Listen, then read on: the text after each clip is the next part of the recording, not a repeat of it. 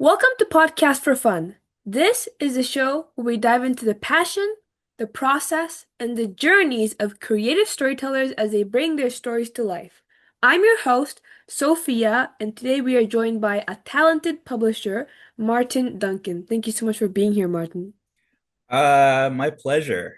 My pleasure. We met, where do we met at Ottawa Comic Con, wasn't it? Yes, we did. I Yes, yappy that's right. yappied and convinced him to be on my podcast. Well, I used to have a podcast, so I know what it's like, and I'm absolutely happy to go on anything. And this is very timely, as I'm sure we'll get into, because I do have a project that's coming up, and I'd love to get the word out. So thanks for helping me with that. So let's hear more about that project then. Say about okay. Um, Maybe we'll step back a little bit Okay. and sort of maybe tell explain I'll what go I by do. yours. Yes. Because a lot of folks probably don't know me, but essentially, yeah, I'm a publisher. What I've been doing is I've been publishing art books, taking some original literary classics. So my first one was based on Bram Stoker's Dracula. I'm a really big horror fan. Mhm. That was followed up by Frankenstein, and then I have another one coming out.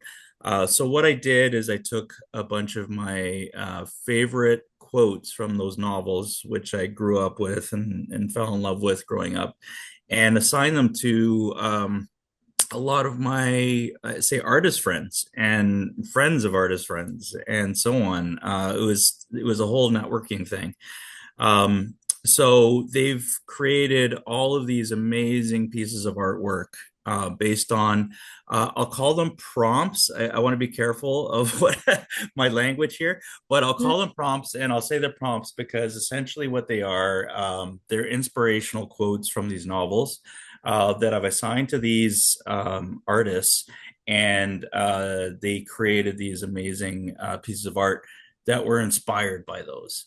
Mhm. Um, so to get to sort of the new project that's coming up is the first couple were very, very successful. I've been doing a bit of a road show at a lot of Comic Cons.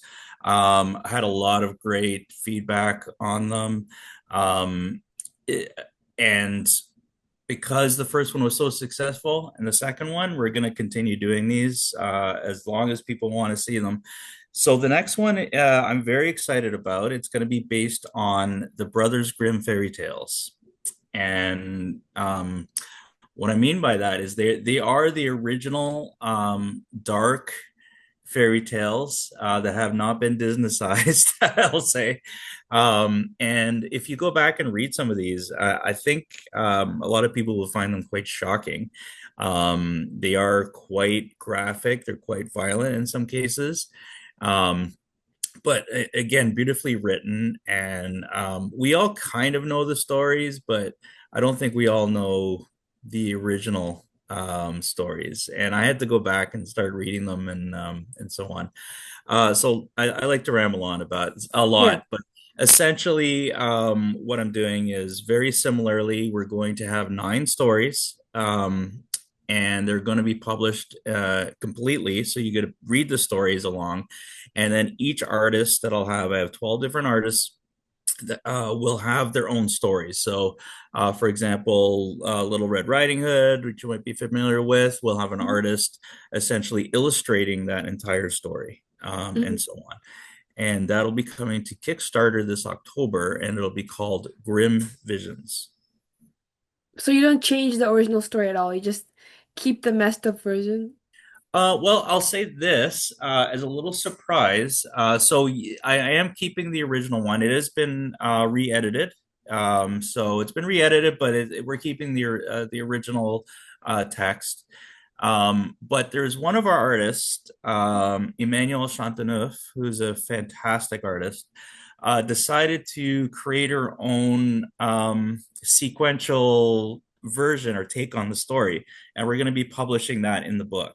So there is a bit of a different one there. And I think everybody will really dig it. Now that the case is, we will also publish the original story along with it, so you could read the original story, and then you could also see Emmanuel's take on that story.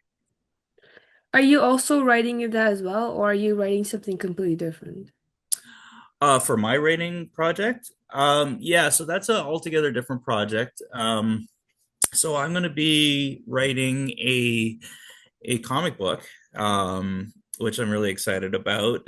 Sort of my first writing gig, I guess. Well, not quite, but I've written like forwards and things like that in books, but um, it's my first sort of own personal comic gig, and it's going to be surprise, surprise, a horror comic,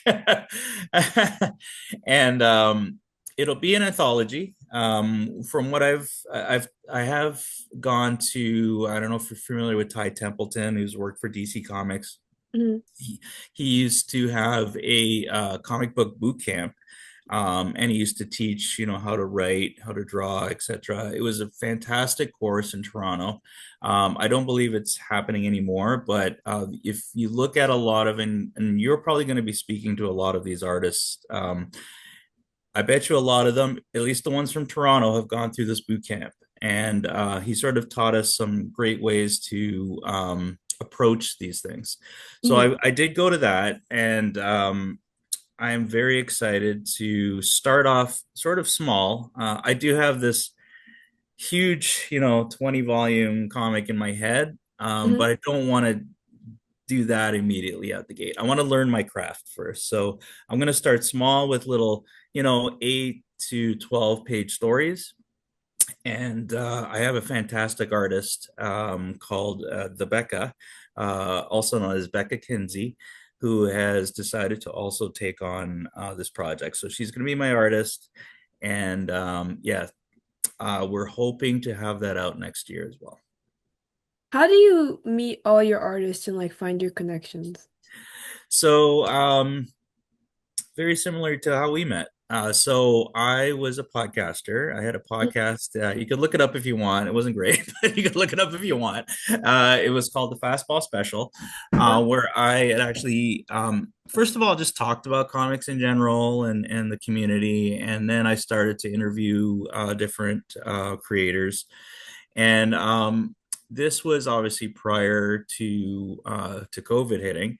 Yeah. COVID did hit, and of course, all these Comic Cons shut down. It was a little harder to get these interviews, etc. Um, so what I did is I created this thing called Sketchlemania, Mhm. which is still going. Sketchlemania, essentially, what it is we've decided to do a bit of a sketch battle. I don't know if you ever seen any of these at Comic Cons, any sketch battles, or you have? Okay. So what we do is we get a couple of artists together. So I reached out to some of the folks that I've interviewed. And then what we would do is we would pick a theme for the week, and you could see how the visions thing sort of came out of this. For example, we would pick Star Wars, right? Mhm. And then we'd have like three artists, and we would chat for 2 hours, similar to what we're doing right now. And we would talk about Star Wars, and we would draw Star Wars, and I would draw along with them. I'm not an artist, but it would just be fun to do that. And at the end of the show, we would auction off these various art pieces for charities. So we've actually raised since we started, like 2019, late 2019. We've raised over around 27,000 dollars for various charities, Oh my God. which I'm very proud of. And again, it's not just me doing it. We've had so many amazing artists on, and yeah, so I'm very proud of that. So to answer your original question, where did I meet them all? It sort of snowballed. So again, I met a bunch during my podcast days, but then that snowballed into doing these various charity shows. There's a lot of artists that reached out to me because they want to do something for their various charities, but they didn't have the method to do it, or they didn't have maybe the audience to do that with. So um, I met a lot through that. Um, and even sometimes it was just a theme thing. If someone really enjoyed us, like Lord of the Rings, someone really was into Lord of the Rings and they want to be on the Lord of the Rings show, they would come on, and we would chat about that, and we would draw, and we would a lot of times I would ask them what their favorite charity was, and we would just do it for that. Um, yeah. So that being said, essentially reaching out, talking to people, networking through various other artists. I would say, hey, who do you think would be good for this? And then they would suggest three more artists, and I would reach out to them and say, hey, so and so said you would be great for this. And they don't always say yes, which is fine. They don't need to. Yeah, I know that. You know that well. Yeah, they Yeah, don't I say know that very well. people are busy. People are busy, and people are not necessarily comfortable doing things like this. I found. I'm very proud of a few of our artist guests who were not comfortable at all doing these, but now they're just social media monsters, right? Like just they're just out there all the time now, and I think it's everything to do with them. But I feel that in some cases that I was able to kickstart that a little bit by just having them come on, making them feel comfortable, and then they realize that this is just a chit chat between people. Yeah, I mean, there's I hope usually that no. answered your question. No, that's a good answer, guys. Okay, Just be good. yourself if you want me to. I'm kidding, but Yeah, I asked because I feel like, getting to know people in the industry is one of the most important things that people gloss over a lot of times when they're trying to push themselves in the entertainment field, which is like sure. probably the most I wouldn't say I wouldn't call it unfair. It's just like I sometimes feel a lot of the success people get is through who they know and not how good they are.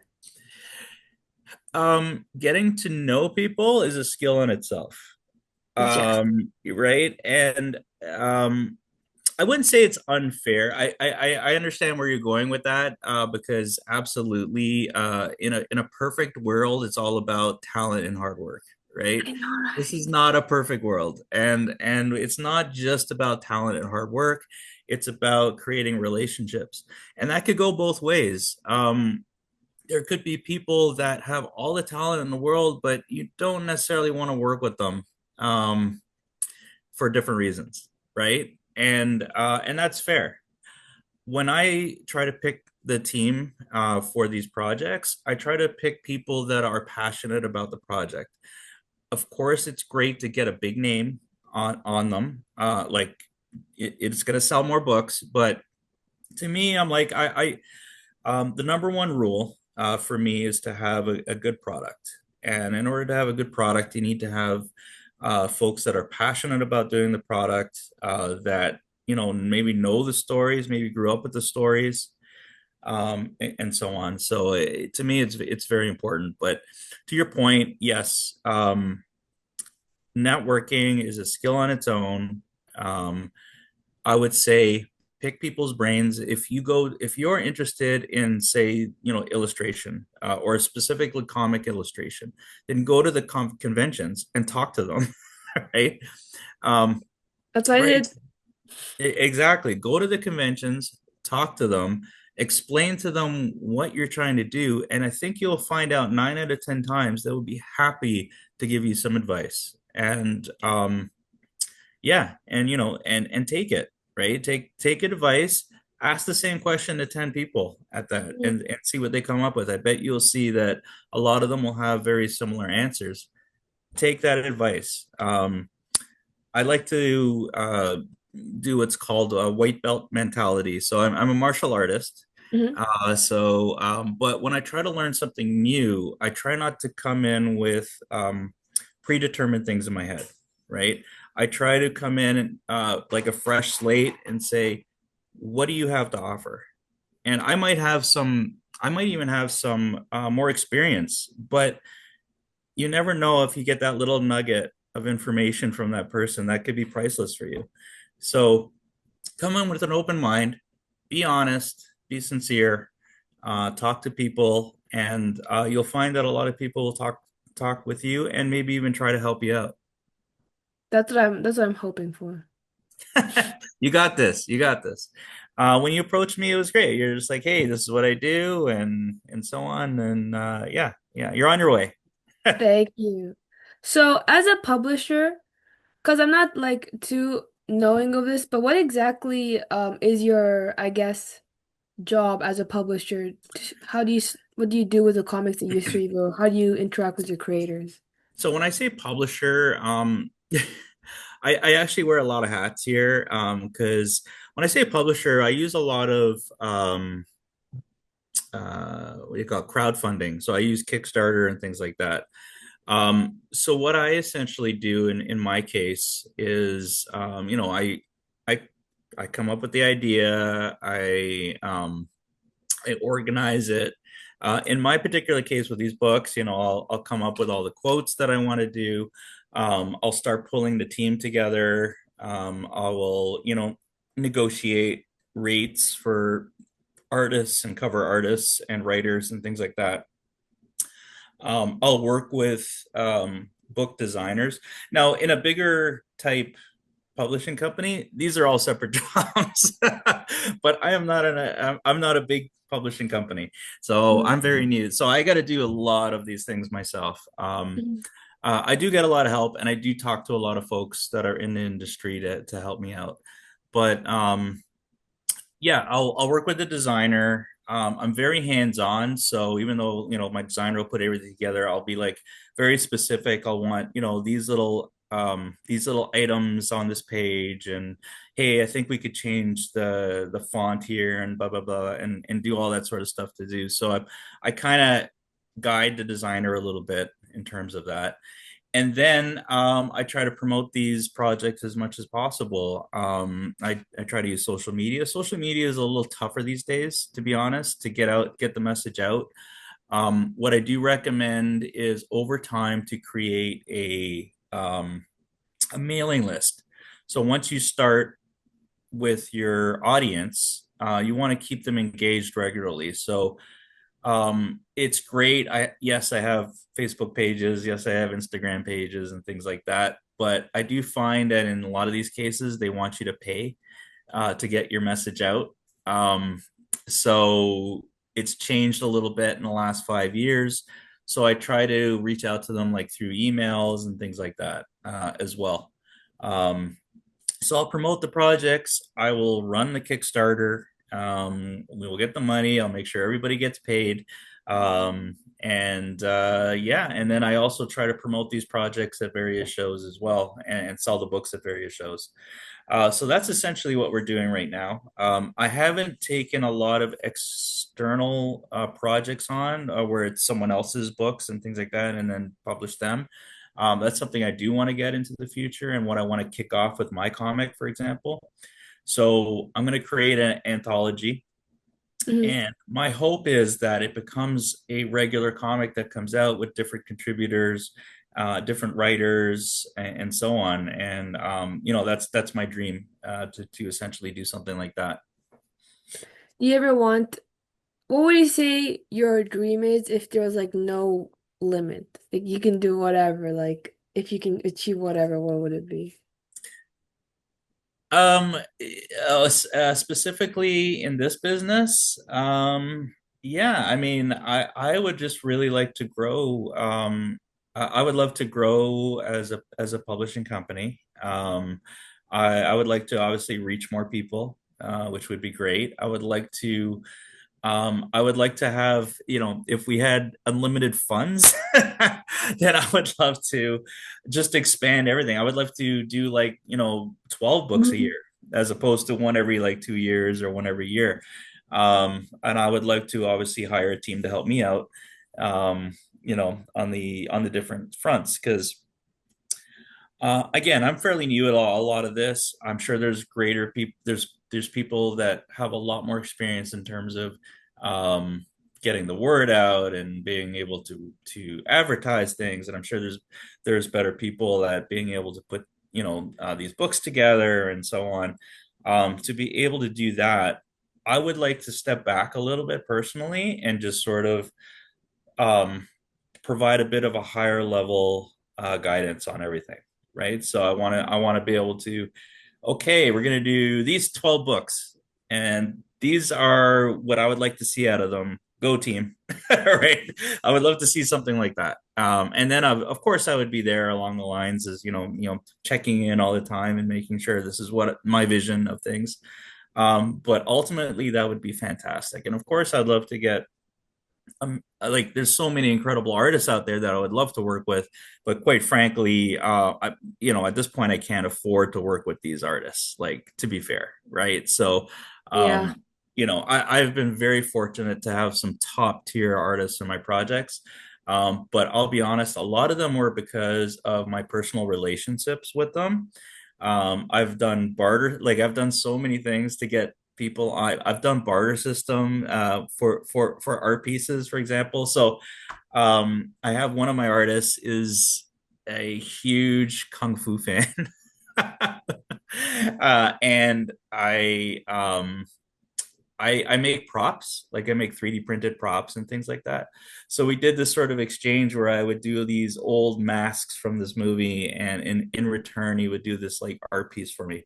Regularly, I wouldn't be able to afford this person because he's like really top tier, Marvel artist, but I was lucky enough to do that. I had another artist who I met. Well, I knew him before. Mm-hmm. Actually, his name I'll drop his name. His name was John Delaney, Mm-hmm. and he a fantastic artist. And We had a chat when I did the original book, which was Dracula Visions. So when we did Dracula Visions, we did a art show. So we had all the original pieces of art on a wall. We were able to go there, serve drinks, all fancy. And he came over to me and he asked me, "What's your next book?" And I said it was Frankenstein. And he said, "That is my favorite book." And he just pitched me what he wanted to do in this book, like right there and then. And I hadn't even put any of the team together. I hadn't like we were literally getting ready to promote the first book. And he was so enthusiastic about it. And because he knew it inside out, I knew exactly what I wanted to do. Of course I brought him on. Like this is the type of person I want on the book. And he absolutely killed his piece in Frankenstein. And yeah, I'm trying to remember what the original question was. That was But totally fine. I don't remember it either. I was just doing this. I like to go off on my tangents, but it's just these. Oh yes, Limitless, right? So Yeah, the yeah. yeah, Limitless, right? Yeah. So yeah, I would just love to keep doing this. The other point of what I was trying to do during COVID was I know a lot of our artists were suffering during that time because a lot of their income was going away. A lot of doing these shows were going away. And I also am trying to give back to these artists. One of the beauties of the book that I'm doing right now is when I get someone at a convention and they buy my book, and a lot of the times I'm like, well, there's four artists that are in the book. They're actually right here. So if you like their art, go check out their table, and maybe you'll like some of the stuff that they like, right? Mhm. And you know, we all try to lift up each other. We all try to say, hey, you know what? This is kind of for example, this might be out of my wheelhouse. Like I'm not really a superheroes. Um, I love superhero comics, but I don't really create those, and they're not really what we do. But so and so over there does that.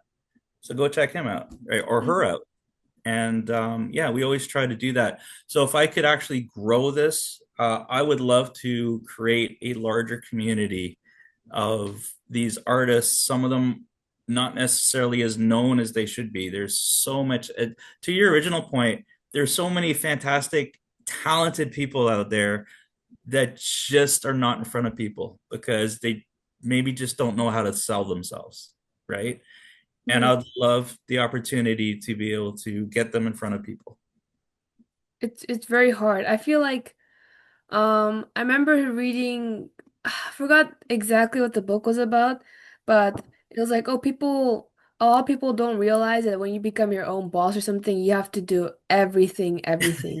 Yeah, Like yeah. you have to promote, you have to like network everything, and I do everything too. So, my brain does melt a little bit when I have to post like I'm like, what do you mean I have to post twice a day on social media? Like, what am I supposed to even post twice a day? Like at one point I screamed into the camera every day and then somehow got views. I was like, okay, I don't even know what I'm doing right now. It's funny. I struggle with that too. I don't know what the secret sauce is for social media is either. Like, it's funny. I was trying to get views when I was promoting the Frankenstein Visions book, and I would try all these different things, and we put like a lot of production into that. We did like these little skits and things like that, and I had a blast doing these. And I'm thank goodness for all the people that helped me out do them. But then I went on like TikTok and I did like a 30-second nothing clip. It got 20 times more Ah, views than no. anything else that I did. And I'm like, are you kidding me right now? Like, I put all this production and spent a day doing filming and did all this sort of good stuff. And I don't know what the secret sauce is, but um, like I said, I think if you could start creating your followers, you could start. You have to really just figure out what is the best way to get in touch with them. Like I said, for this stuff, I think mailing lists are, it sounds really old and crude, but starting up a mailing list and saying, hey, this is coming out now. It's just like, when people subscribe to YouTube and they get a notification, hey, there's a new video out. Okay. Do something similar. Hey, like I'm actually just about to send something out saying, hey, there's a new project coming out in October. If you like these, you might like this, right? And that's got to be a part of it. I mean, I think the young generation newsletters for my generation is Discord. Yeah, yeah, sure. Discard, of course, of Have you course. ever heard that before? Discord, yes. Yeah. I'm I'm just also making sure, this the wow, yeah. I'm hey, not. I don't I'm not know. quite. I'm not quite boomer yet, but I'm getting there. But yeah, I mean, I'm a gamer, so yes, I know Discord. All the YouTubers or influencers that I like, they all have a Discord server full Yeah, of their fans interacting with each other. And I find it so interesting. I'm like, oh my God, you're just basically making a space for them to talk to each other. You don't even have to promote yourself when this thing is active.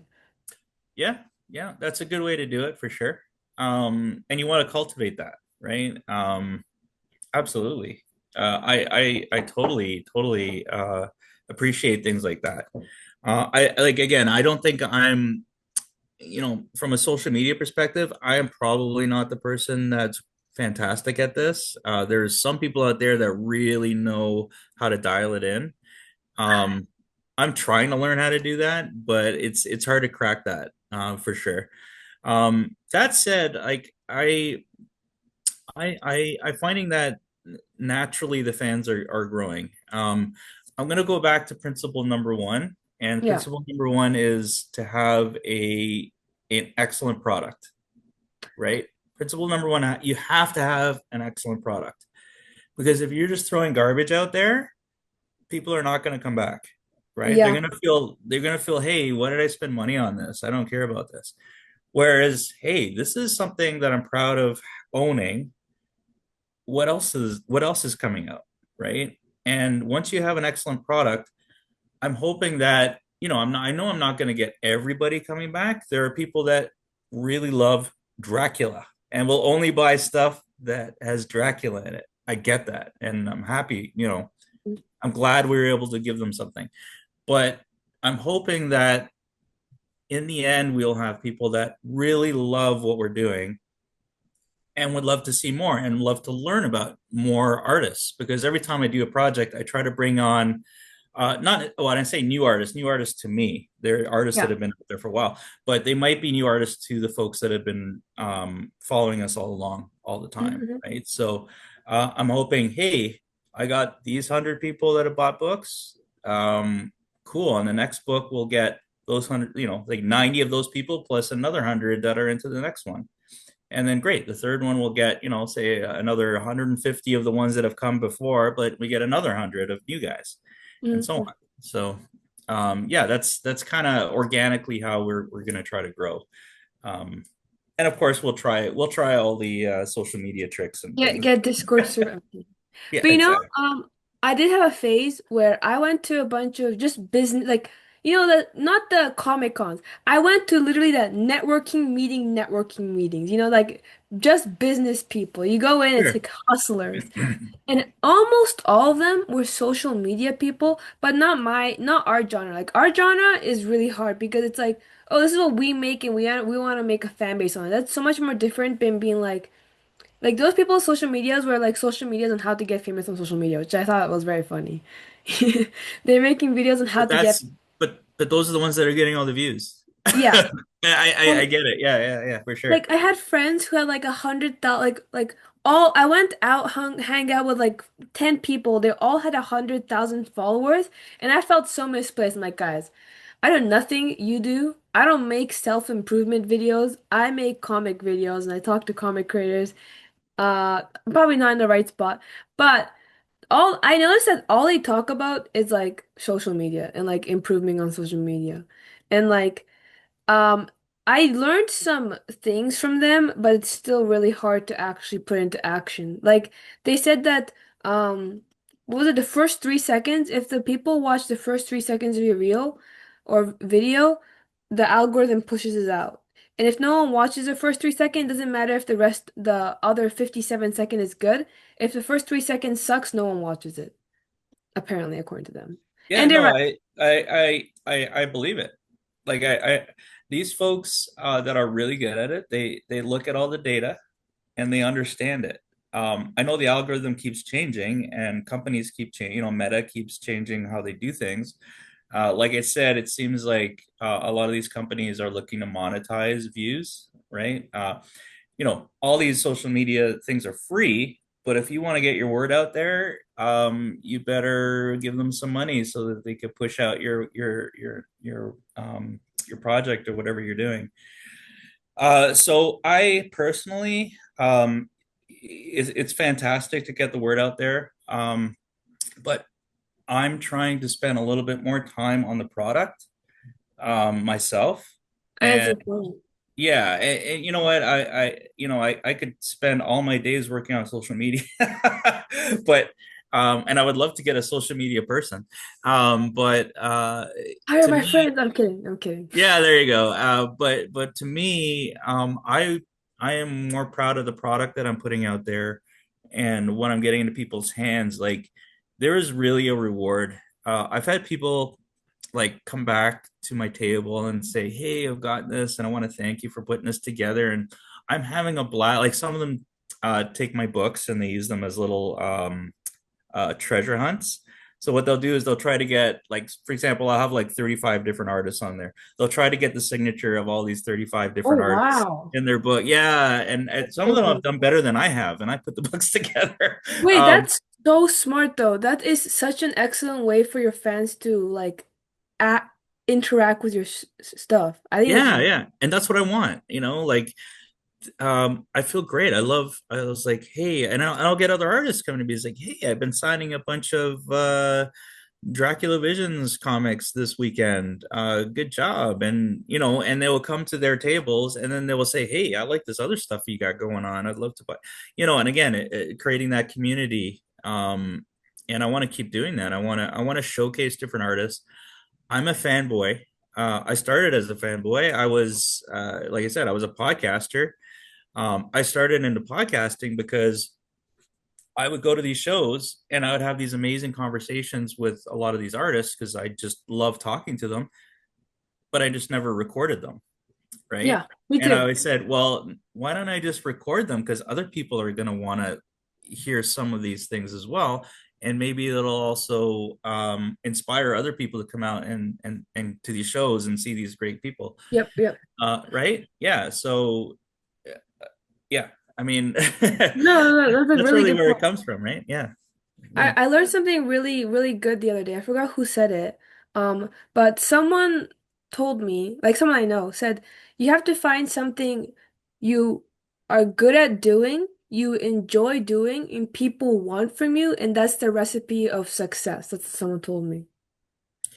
Yeah, and I think everybody to an extent has an ability to see how sincere someone is. To an extent, right? You Like if can't fake it. You can't fake it. Yeah, I mean, maybe some people can, right? But I think anybody that comes to talk to me at my table will know that I love these projects. I'm very passionate about these.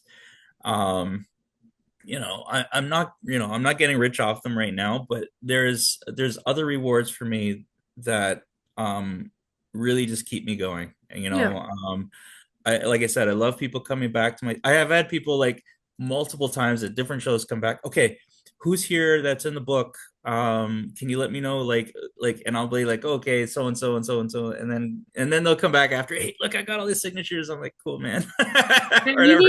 you need to make a Discord server, please. Like I know that there's so many servers for like book fans, like Webtoon.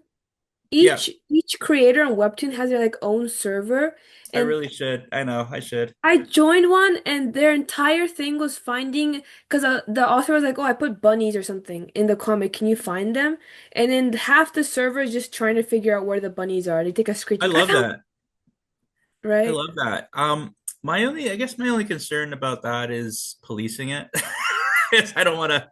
I it's the internet, and um, sometimes things get toxic, and you know how it goes, or say Yeah, but political, like you're or not responsible for how your fans act. I know that, but Then I know everybody in the world myself. would be canceled, you know? I know myself, and I'd be like, oh, I Don't would. police it. You don't have to. That's why there's like mods in there. Like unless it's more than 50 people, which is really hard. I'm just saying. More than 50 people on your server. Wow, you must be a famous influencer because the ones if there's more than Yeah, yeah, 50, yeah, yeah. then yeah, maybe start having people in there be like modulators, which means that they're Well, chronically that's online, true. Yeah, which that's is true. All but right. I I'll think doubt about it. it. I doubt that you will need to police them. Like I'm like, if you need to police it, I'm impressed. You have that many people in there. Teach me how that even happened. Right? Yeah, maybe that's the least of my worries. That we got to get the people first, right? No, that's fair. Maybe it is something that because I don't have a Discord set up. Maybe it is Yeah, something that I should start. I'm considering it. Particularly like next year, I'm gonna have a couple. Well, the Grimm Visions that's coming out in October will be out, obviously, and we'll also have the comic book out at some point next year, hopefully by summer. So yeah, we'll have a bit of a bigger offering, and then potentially we'll have more of an online. So, for example, my online sales, all I do right now is I just do it through Kickstarter, and I do it at shows. I don't do That's smart. online. Yeah, I don't do online right now. But once I have a bigger offering, I'm gonna probably create a whole like sort of online presence where people could go and purchase their books. I've had a one of my artists, Nick Cool. Marinkovic. And when I say my artists, they're not my artists, but Well, yeah, they're I know what you're artists. talking about. Yeah. They're artists that have done pieces for me. Mhm. But Nick Marinkovic is a incredible artist. Mhm. He worked on projects like Dead Romans, which is a fantastic um, comic book that came out. When it came out, it was like the number one comic book selling, on Diamond or whatever. And I asked him because I actually sold out of my first run of Dracula, like my soft covers, and Wow. which is a great thing to happen. Yeah. But I said, I could reprint it, but I'm like, you know what? Let's get a new cover for the new print. So I reached out to Nick, and he had his vision of what he wanted to do for Dracula, and he did it. He did the cover for me, and he told me, he said, of all the work that he put out on social media, the most buzz he got was that one piece that he did for my cover. And all these people were asking, where can I buy this? And I said, oh, well, I really don't have an online right now. But they could reach me. Like I sort of listed off all the shows that I was doing. And I said, but we will also have it available on the Kickstarter. So if you go to Yeah. the Grim Visions Kickstarter, you could also go back and buy not all the covers, but a few of the covers from the previous books. Like I'm going to Mhm. have them as extras in case people haven't really purchased them before, etc. So I got to get there. I will get there. Mhm. But my plan for next year is to have like more of an online presence where people can purchase the books. They could find out about the books. I could put these little interviews up there as well. That's probably good. Links to that. I'd love to help you out with your channel. Thank you. I could set you up with a bunch of these other artists if you're interested to talk about these books and things like that. So, um, 100%, billion%, yeah, trillion. yeah. I like to That's talk a lot. No, I'm I sorry. love talking too. Like, I swear, I would have never even considered a podcast. The only reason I did it was because I went to these conventions. I'm like, damn, I talk a lot to these people. You Yeah, know, sure. Why not? gotta like, I don't know. I feel like if I can have other people enjoy my stuff, why shouldn't I post it? Why shouldn't I do it? Absolutely. Enjoy Yeah, it, yeah. right? And hey, you know what? If a couple of folks listen to this and they're interested in Grimm Visions, at least checking it out, you could go under um, my publisher account is Slampress Tomes. So that's my publishing business. They could go to Kickstarter. They could look up Grimm Visions. Maybe you could put up the link to the project if you want. 100%. Yeah, And that's why I got that interview for, remember? I have I have a pre-launch page, so you could go up there, and basically what that'll do, if you're not familiar with Kickstarter, is it'll just announce when the project goes live. Okay. And I do suggest you go on there if you are interested. I'm going to have two really cool packages on there that'll be limited to 100 each, and that's Mhm. it. So if you are interested, you might want to get on there and get that package if you're interested right away before it goes away. And yeah, yeah. So that'd be awesome. So, Martin, I have one final question for you. All right. What's one advice you give to the aspiring storytellers watching this right now? Oof. Now, when you're saying storytellers, are you talking about writers, Yeah, artists, more writers? writers. Okay. Um, I would approach it, and again, I'm an aspiring artist, sorry, writer myself. Yeah. Let's be clear. So I want to make sure that people are aware when I give advice, it's Mhm. something that it's good advice that I've received from other people. Not through my experience, because again, I'm still coming up in the world. But that being said, when I talk to artists, and I do a lot of moderation at Comic Cons, so I do interviews live at Comic Cons all the time, and that question comes up all the time, right? As it should. So if people are in the crowd and they say, "Hey, what's the greatest piece of advice do you have someone trying to come up?" Great. If you're an artist, draw. Like constantly draw. If you want to get into any type of artistic endeavor, like writing, you got to keep writing. You got to learn your craft, right? Because if you don't got principle number one, which is a good product, then the rest is just smoke and mirrors, right? So continue. I would say two pieces of advice would be continue to do what you're doing. You're going to learn better when you're drawing. I'll give you like a sort of a martial arts type thing. I had one of my instructors one time. He said all these people said, "Hey, how do I learn to kick higher?" Right? And and his advice was kick higher.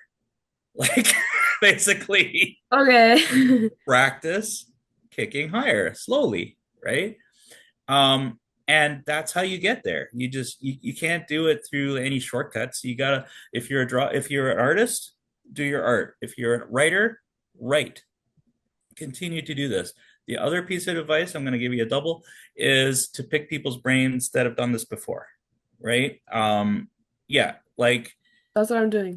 if you want someone, if you admire someone in the field, reach out to them. You never know, and say, what is your advice in doing this? Or send them in something that you've written. And this is really hard for people to do because a lot of people don't like negative discussion about their art. And I understand that, right? But it's a part of growing. So send them in, show them, bring your art to these shows, or bring, your writing to people that write, and they'll critique it, and they'll say, hey, you know what, maybe I like this part of the story, but maybe you should have approached it a little different, or maybe it didn't grab me right away, or that sort of thing, just like social media, right? um but those are the two pieces, right? Continue doing what you're doing. um Try to alleviate any of the negativity out there, because there's going to be a lot, and there's going to be negativity in your brain thinking that you're not worthy of doing this. I get it all the time. Artists that have been doing this for decades get that all the time. It's not a you thing. Mhm. um you know just do it. It sound like Nike, but just do it. Just do it, guys. Just do it. Get it out there. You know what? Don't be afraid. Be fearless. Worst thing that could happen is someone will say they don't like it. Okay, move on to the next thing. You Mhm. know what? You're not doing it for that person. You're doing it initially for yourself. And then your like-minded people that enjoy the same things you like will come out of the woodwork. Yes. There's a fandom for everything. Like, it's crazy, right? Like, there might be a fandom for, like, I don't know, chairs. But they will come. You just got to continue to do what you're doing, be consistent, look at other people that have come before you. Don't try to, reinvent everything, because there's a lot of these other people went through what you went through, right? Mhm. And they could let you know, hey, don't do this, don't make these mistakes that I've done, right? So I know that's a lot, but these are all answers that I've received from people that have been in the industry very long. And it just makes sense to me. I think that's very true. And I think most people forget, like, to me, it's like, oh yeah, that's common sense. But a lot of people don't follow that common sense, you know what I mean? Like, I feel like. Yeah, well, there's a fear, right? There's a fear of being rejected. We all have a fear of being rejected, right? When we put our heart into something and then it gets rejected, it's not the best feeling, right? Um, I understand that. However, it's a part of learning, right? And again, don't think you're going to have everybody love what you're doing. You're not. You're absolutely not going to have everybody love what you're doing, but you're going to find your fans. You're going to find the people that are into what you're doing. Mm. And it's a bit of a painful and learning journey. And if you are passionate about and you believe in what you're doing, then you'll find your fans. And I know you already kind of answered this earlier, but how can our listeners find your work or your social media or anything? Yep. So I do have the Instagrams, Slampress Tomes. Um, it's actually kind of funny. Again, I'm not really great at social media. It's funny we talked about social media this whole time, but I'm not really great at it. I had a Instagram, but it kind of got muddled up with my own personal Instagram stuff. So I don't have that. yeah, so I actually created a separate one specifically for Slampress Tomes, but you could go there. We also have a Slampress Tomes, Facebook page for us old people. Um, and of course, what I would love for people to do is to check out Grimm Visions coming to Kickstarter.